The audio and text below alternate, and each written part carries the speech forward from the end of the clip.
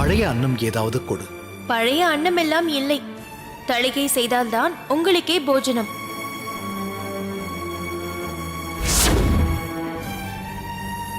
பாத்திரத்திற்குள் என்ன இருக்கிறது? நேற்றைய தினம் தளிகை செய்த பழைய அன்னம் இருக்கிறது. இதைத்தானே சிறிது நேரத்திற்கு முன்பு அந்த ஸ்ரீ வைஷ்ணவரிடம் கொடுக்க இருக்கிறதா என்று கேட்டேன்.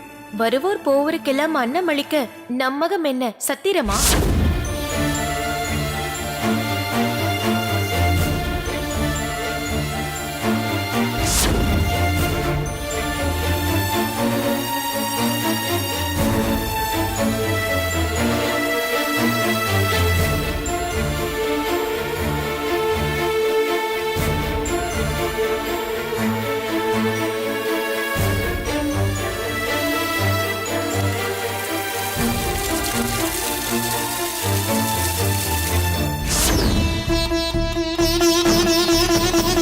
சண்டை போட்டு சென்றவர்கள் மீண்டும் இங்கு வருவார்களா? சண்டை போட்டுவிட்டு சென்றார்களா?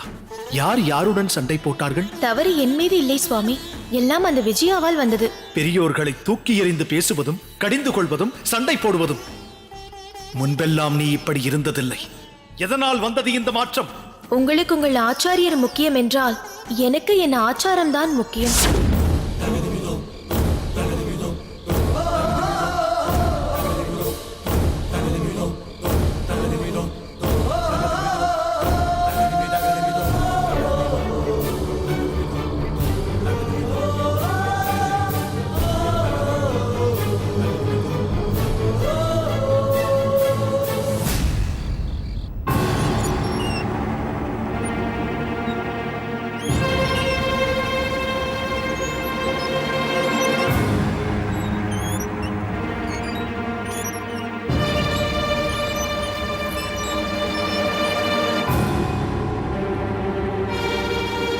உன்னிடம் ஒரு விஷயம் சொல்ல வேண்டும். காலையில் இங்கு நிலவிய சூழ்நிலையால் சொல்ல முடியாமல் போய்விட்டது. ஸ்ரீபெரும்புதூரில் உன் தம்பி வெங்கடகிருஷ்ணனின் கல்யாணத்திற்கு சம்பந்தம் பேசியிருக்கிறார்களாம். ஸ்ரீ வைஷ்ணவர் ஒருவர் மூலமாக உன் அப்பா தகவல் அனுப்பியிருக்கிறார். இந்த நிலையில் நீ ஸ்ரீபெரும்புதூரில் அவர்களுடன் இருப்பதுதான் உச்சிதம். அவர்களுக்கும் நீ அங்கிருப்பதுதான் உபகாரமாக இருக்கும். ஆமாம், விஷயத்தை கேள்விப்பட்டதும் ஏன் உடனே வரவில்லை என்று அம்மா நிச்சயம் கேட்பார்கள். நான் நாளை காலை புறப்படுகிறேன். அதிகாலையிலேயே எழுந்து உங்களுக்கு தேவையான தளிகையும் செய்து விடுகிறேன். நாளை இரவிற்கு மட்டும் நீங்கள் ஏதாவது ஏற்பாடு செய்து கொண்டால் நாளை மறுநாள் நான் வந்து விடுவேன். இல்லை, அடியேனின் போஜனத்தை பற்றி நீ கவலை கொள்ள வேண்டாம். கோயிலிலோ அல்லது திருக்கச்சிநம்பி சுவாமிகள் மடத்திலோ அடியேன் பார்த்துக் கொள்கிறேன். நீ உடனே திரும்ப வேண்டாம். கல்யாணம் சம்பந்தமான பல வேலைகள் உனக்கு இருக்கலாம். அதனால் சில தினங்கள் நீ அங்கேயே தங்கியிரு. அதற்கு தேவையான எல்லா துணிமணிகளையும் எடுத்து வைத்துக்கொள். அப்படியென்றால் நீங்கள் எப்பொழுது வருவதாக இருக்கிறீர்கள்? அப்பா இதை பற்றி அவசியம் என்னிடம் கேட்பார். அடியேனின் கடமை என்ன என்று அடியேனுக்கு நன்றாக தெரியும். அதை நிச்சயமாக பூர்த்தி செய்வேன். நீ புறப்படுவதற்கான ஏற்பாடுகளை கவனி. சரி சுவாமி, நாளை காலை நான் புறப்படுகிறேன். எல்லாம் நல்லபடியாக முடிய வேண்டும். ஆக வேங்கடகிருஷ்ணனுக்கு விரைவில் கல்யாணமா?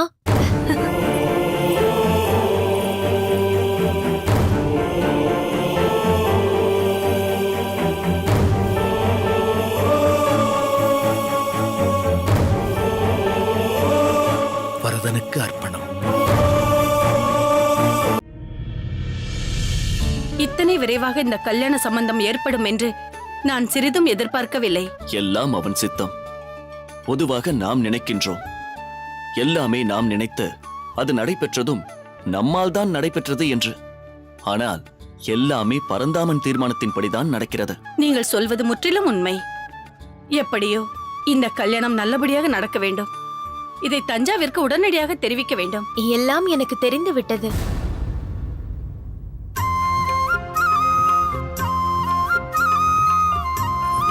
வாமா தஞ்சா, உன்னை பற்றிதான் நாங்கள் பேசிக் கொண்டிருந்தோம். தெரியும் தெரியும். என்ன கல்யாணமா? ஆமாம் தஞ்சா, திடீரென முடிவாயிற்று. நான் நாளை காஞ்சிக்கு வரலாம் என்றிருந்தேன். அந்த சிரமமே உங்களுக்கு வேண்டாம் என்றுதான் எனக்கு தெரிந்ததும் நான் புறப்பட்டு வந்து விட்டேன். சரி, நீ மட்டும் தான் வந்திருக்கிறாயா? மாப்பிள்ளை வரவில்லையா? முதலில் நான் வந்து விட்டேன், பிறகு அவர் வருவார். அது இருக்கட்டும், இந்த நற்செய்தி உனக்கு எப்படி தெரிந்தது? என் அகத்துக்காரர் தான் சொன்னார். அதற்குள் அவருக்கு விஷயம் தெரிந்து விட்டதா? கௌசல்யா, விஷயம் எவ்வளவு வேகமாக பரவுகிறது என்று பார்த்தாயா? ம். எப்படியோ உனக்கும் தெரிந்து விட்டதல்லவா? கல்யாணத்திற்கு முன் உனக்கு தெரிவிக்காமலா இருந்திருப்போம். தெரிவிக்காமலா இருந்திருப்போமா? அப்படியென்றால் என்னிடம் தெரிவிக்காமலேயே கூட இந்த கல்யாணத்தை நடத்தி விடுவீர்களா? நாங்கள் ஏன் இந்த கல்யாணத்தை நடத்த வேண்டும்? இது என்ன நம்மகத்து கல்யாணமா? இப்பொழுது நீங்கள் யாருடைய கல்யாணத்தை பற்றி பேசிக் கொண்டிருக்கிறீர்கள்? நாங்கள் பேசிக் கொண்டிருப்பது என் பெரியம்மாவின் பேரன் நவநீத கிருஷ்ணனின் கல்யாணம். என் அகத்துக்காரர் நம் வேங்கட கிருஷ்ணனுக்கு கல்யாணம் என்றுதானே சொன்னார். என்னது, வேங்கட கிருஷ்ணனின் கல்யாணமா? என்னடி பேசுகிறாய்? அவன் படித்துக் கொண்டிருக்கிறான் அடி. அவனுக்கு எதற்கு இப்பொழுது கல்யாணம்? மாப்பிள்ளை நவநீத கிருஷ்ணன் என்றதும் உன் தம்பி வேங்கட கிருஷ்ணன் என்று தவறாக புரிந்து கொண்டிருப்பார்.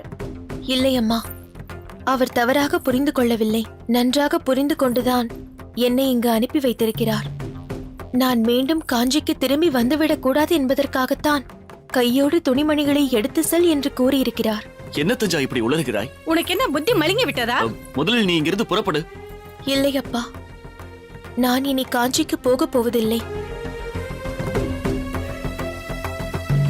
இப்படியெல்லாம் நீ பேசுவது தவறு தஞ்சா. உங்கள் இருவருக்கும் ஏதாவது அபிப்பிராய பேதம் ஏற்பட்டிருந்தாலோ அல்லது வேற ஏதாவது சச்சரவு ஏற்பட்டிருந்தாலோ அதை பேசி தீர்த்துக் கொள்ளலாம். இதை போன்ற முட்டாள்தனமான முடிவெடுக்காதே தஞ்சா. முடிவை நான் எடுக்கவில்லை அப்பா, அவர் எடுத்து விட்டார். என்ன முடிவெடுத்து விட்டார்? இனிமேல் நான் அவருடன் இருக்கக்கூடாது என்று அவர் தீர்மானித்து விட்டார். தஞ்சா, மூர்க்கத்தனமாக ஏதாவது பேசாதே.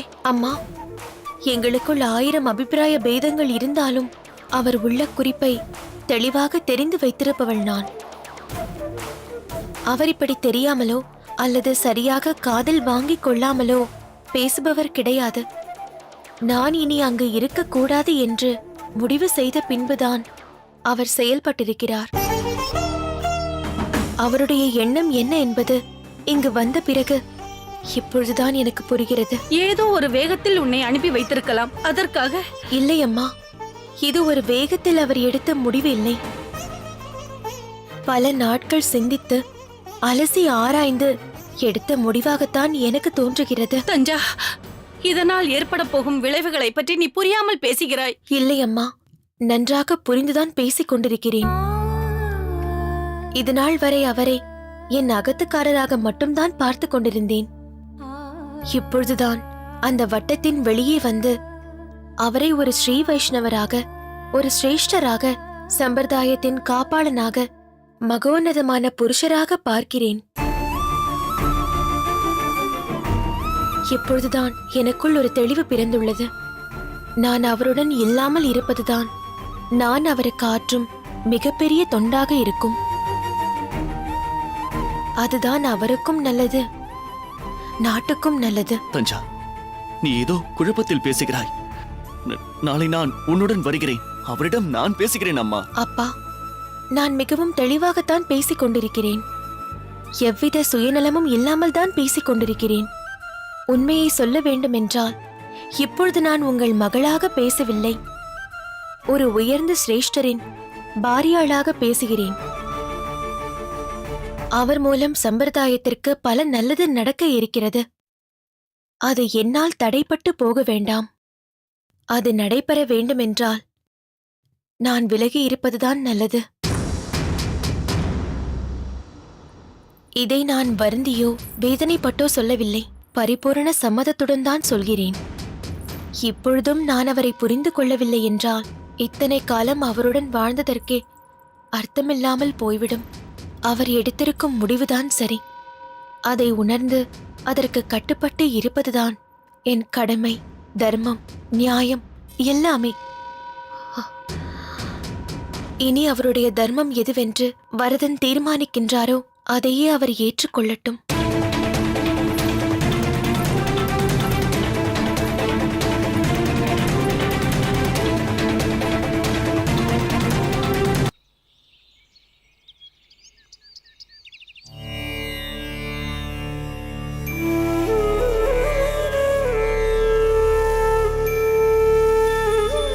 பெருந்தேவி நாயகா, ஹே பிரபு, சரணாகத வத்சலா, செந்தாமரை கண்ணா, அருள் தரும் பேரருளாளா, வரமளிக்கும் வரதா, ஹே கருணாமூர்த்தி, நீ காட்டியருளிய பெரிய நம்பி சுவாமிகளுக்கு நேர்ந்த அபசாரத்திற்கு காரணமான பாவியை கடாட்சித்து அருள். அடியேனின் குற்றங்களை திருத்தி அருள் வரதா. ஏ அத்திகிரி அருளாளா, போதும் அப்பா, போதும். இந்த சம்சார பந்த வாழ்க்கை போதும் வரதா, போதும்.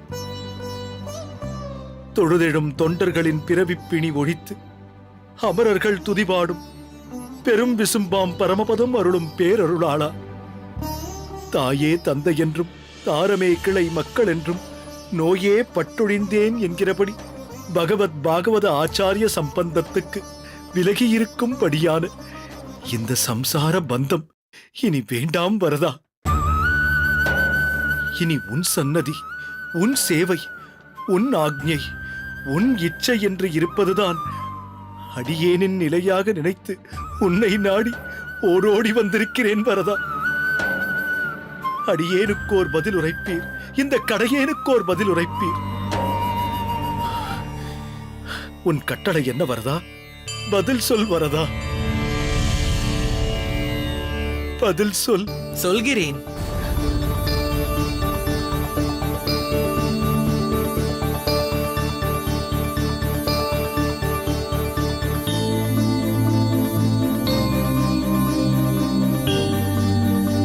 என்ன பதிலை எதிர்பார்க்கிறாய் ராமானுஜா? ஏற்கனவே உனக்கு நான் அளித்த 6 பதில்களை தாண்டி என்ன பதிலை நீ அறிய வேண்டும்? வரதா. ஆம், வரதனேதான்.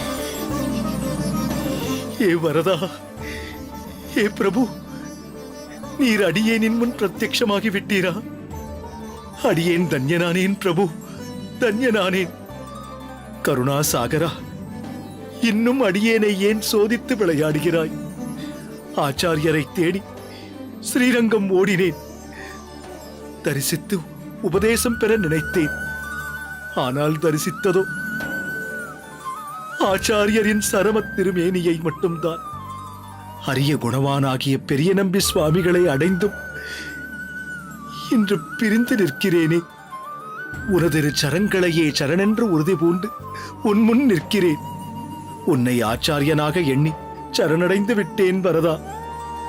காரணன் நீ, கற்றவை நீ, கற்பவை நீ, நற்கிரிசை நாரணன் நீ என்று அடியேன் நன்கறிந்தேன். இன்னும் நீ அடியேனை இந்த சம்சார சாகரத்தில் வாட்டி வதைக்க வேண்டுமா வரதா? ராமானுஜா, 6 வாக்கியங்களை உனக்கு அருளிய போதே மற்றும் ஒரு வினாவோடு நீ இங்கு வருவாய் என்பதை நான் நன்கு அறிவேன். உன் வாழ்வில் நடந்த ஒவ்வொரு நிகழ்வுகளும் ஒவ்வொரு காரணங்கள். அவை அனைத்தும் இவ்வுலக மக்களுக்கு பாடங்கள். நடந்த பல சங்கடங்களால் யாரையும் குறை சொல்வதற்கில்லை. அனைத்தும் என் சங்கல்பமே. உன் பாரியாள் தஞ்சமாம்பாள் ஒரு சுத்தாத்மா. அதனால்தான் உன்னை மணாளனாக அவள் பெற்றிருக்கிறாள். ஆனால் தஞ்சமாம்பாளுக்கு மட்டும் நீ சொந்தமல்லவே. இந்த தரணி முழுவதற்கும் சொந்தமானவன் நீ. அதனால்தான் என் சங்கல்பத்தின்படியே சில சூழ்நிலைகளை நான் உருவாக்கினேன். இதுநாள் வரையில் ஒரு மாணவனாக, ஒரு குடும்பஸ்தனாக நீ கற்றது, கற்பித்தது அனைத்துமே போதும்.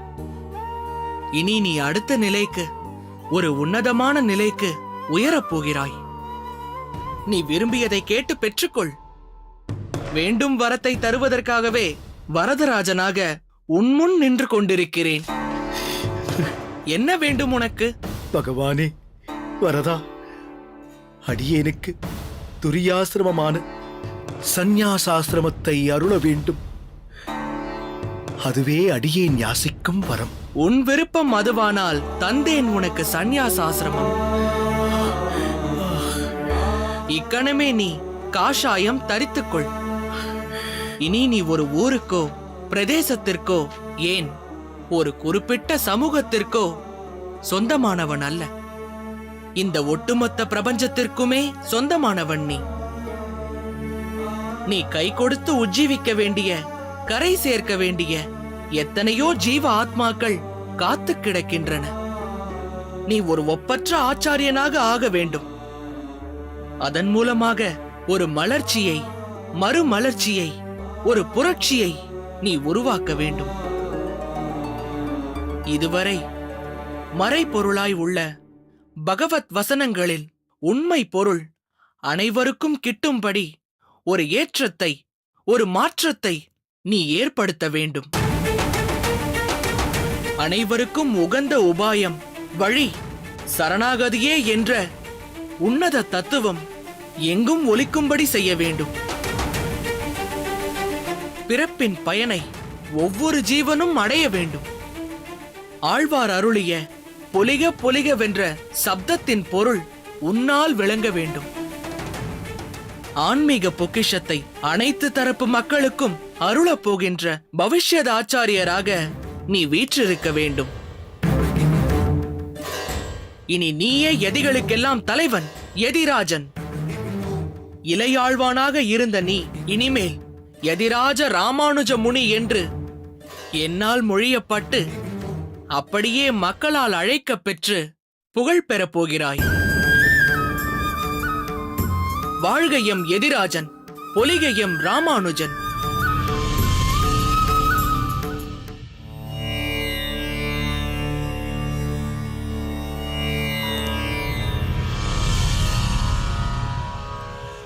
यो नित्यम् अच्युतपदाम्बुजयुग्मरुक्म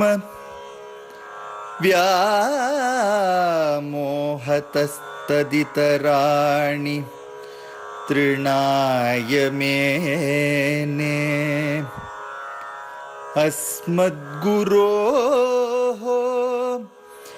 भगवतोऽस्य दयैकसिन्धो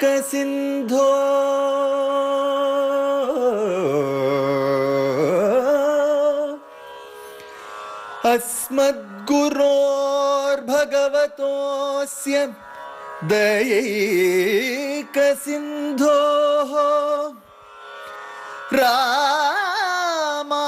रामानुजस्य चरणौ शरणं प्रपद्ये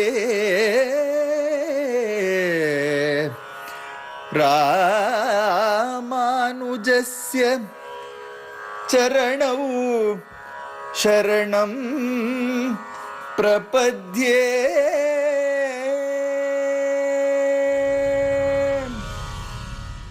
மதத்தில் புரட்சி செய்த மகான் ஸ்ரீ ராமானுஜரின் வாழ்க்கை வரலாற்று காவியத்தின் முதல் பாகம் இன்றோடு இனிதே நிறைவு பெற்றது.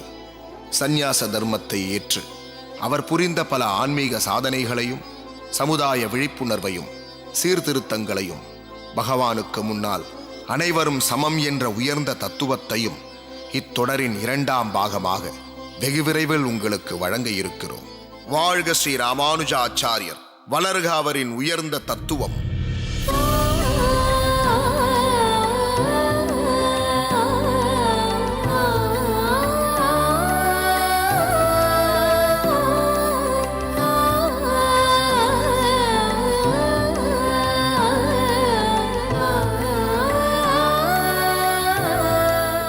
அவர்கள் வரமாட்டார்கள். வரமாட்டார்களா?